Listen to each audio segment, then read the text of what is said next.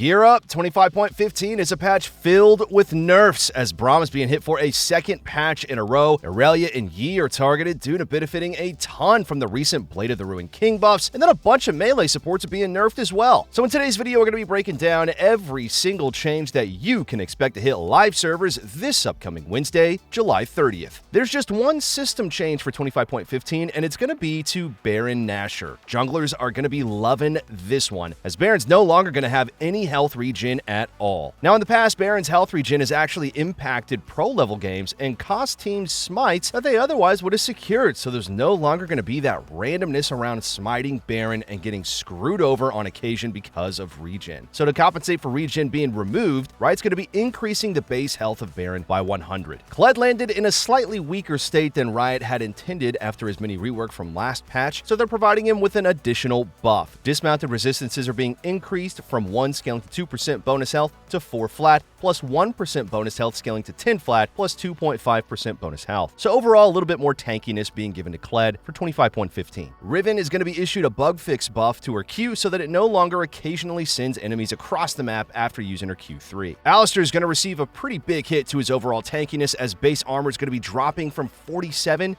to 40. Bel'Veth's greatly benefited from the Kraken Slayer buffs last patch, so Riot's directly nerfing her to bring that power down a notch. Q-based damage to champions is dropping from 10 scaling to 30 to 0 scaling to 20. Passive attack speed is being changed ever so slightly, going from 0.28 scaling to 1% to 0.28 scaling to 1.1%. Braum has had so much armor removed from his kit in the span of just 2 patches. As for 25.15, base armor is going to be dropping from 40 to 35. It was way up to 47 in 25.13, so that's 12 armor loss for Braum in total. And we aren't done there, as armor per level is dropping as well, going from 5.2 to 5. Irelia's sustain is going to become a little bit weaker moving forward, with her base health regen per 5 seconds dropping from 6 to 3.5. Master Yi is going to be losing some base damage on his Q, dropping from 30 scaling to 150 to 20 scaling to 100. Total AD ratio on Q is going up though from 50 to 70%. Total monster damage is being reduced as well, going from 95 scaling to 315 to 80 scaling to 260. Total AD ratio on monster damage is up though from 50 to 70%. Nilah is going to receive 1 nerf and 1 buff for this patch, as her attack speed growth is going down from 3 to 2.25%, and then base AD is up from 58 to 60. Pantheon has been a hotly contested jungler as of recent, so Riot's going to be nerfing his Q monster damage, going from 105 to 90%. Quinn was the highest win rate top lane champ in 25.14, so Riot has a nerf lined up for her, with Q damage being altered in a pretty interesting way, as base damage is up. However, the ratio is being changed from a total AD ratio to a bonus AD ratio. Now, we're going to have to see exactly how this impacts Quinn during our tier list for 25.15, as we're going to compare the damage from 25.14 to 25.15 at different breakpoints. Rell is going to be losing a little bit of durability moving forward, as her W shield is dropping from 25 scaling to 125 to 20 scaling to 100. Corki is going to receive a couple of adjustments, with his Q base damage going down. However, Q bonus AD ratio is going to be increased, and then R is being changed, with the bonus AD ratio going up from 80 to 85%.